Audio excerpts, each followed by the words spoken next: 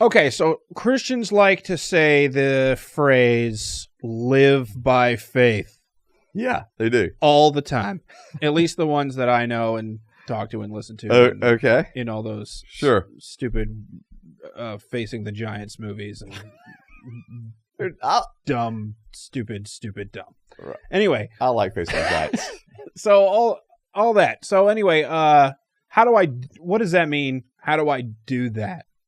Is that real, or is that just something people say? No, it's scriptural, actually. Okay. Okay, so in Romans 1, verse 16 and 17, it says, "For I'm not ashamed of the gospel, because it is the power of God for salvation to everyone who believes, first to the Jew and also to the Greek.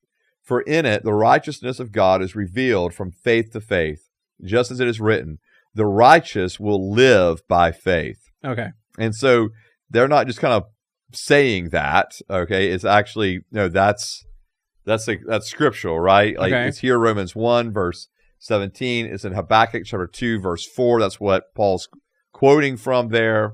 And so Habakkuk? Yeah. Right, that's a book. That's a book. Mm-hmm. That's a book. And so... And Nahum. Yes. Right? Okay. Yeah. All right. Anyways, so the righteous will live. So to say that I live by faith, that's just a scriptural precedent. Okay. So that's how I should live, is by faith. So does that mean works? Does that mean it will? I don't want to say it means like that the only marker is works. Well, what are other markers then? Okay. I'm living by faith. Yeah, and so I'm living by faith in the sense of I'm continuing to trust. This is that trust thing, right? That I'm continuing to trust in who Christ is. So I'm accepting the gift over and over and over. Right. And so right, and so like why do I need to do that? And it's not like I'm being saved again, right? Over and over. It's not that at all. It's just I have this revelation of who Christ is, and so I'm continually responding to that revelation. So I'm greedy. Greedy? Yeah. What do you mean? I want more gift. You want more gift? Well, yeah. I would hope you want to get closer. I want a bigger gift. I hope you want to get closer to Jesus. This gift sucks. I want more gift now. No, this is the best gift. This is the greatest Yeah, gift. but it's not enough of the greatest gift. Yeah, no, what you're This little gift sucks. Yeah, so what you're saying, I need more gift. What you're saying is, all right, this is how you should be saying is all right, I have this faith of who Christ is, and so I actually want to know him more, right?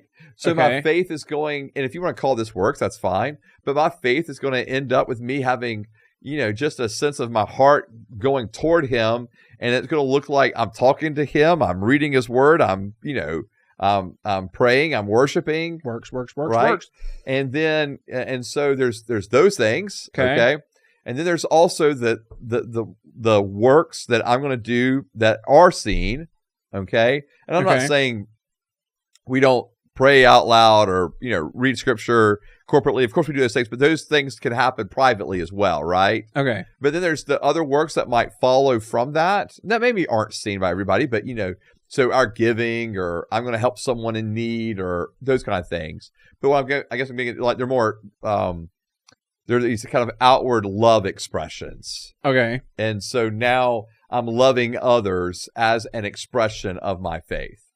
Does this stuff happen? Can this stuff happen after I accept the gift without me trying? What do you mean? Like, will I be like just a nicer person without trying?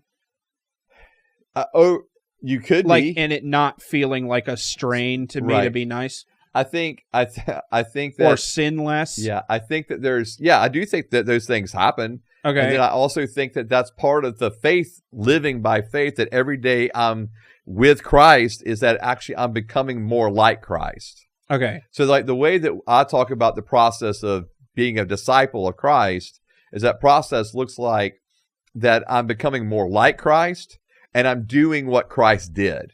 Okay. And so I think those things do happen that's part of that faith expression, right? Okay. So as I'm living out my faith, as I'm talking to the Lord, as I'm worshiping the Lord, as my heart's just trusting in him, then I'm finding the fact that I'm being transformed by him from the inside out to look more like him and to do the things that he would do. And so, yes, some of those things do become more natural. And there's other times it's like, oh, I know I should do this. Okay. And you you do force yourself, right? You do go, oh, I need to go help on this work day. I need to go help a neighbor do this, right? Right. And you're thinking, oh man, it's kind of inconvenient, but you choose to do it. And so I'm not saying it always just comes naturally, but I do think that over time, because we become more like Christ, we do more things more naturally that way.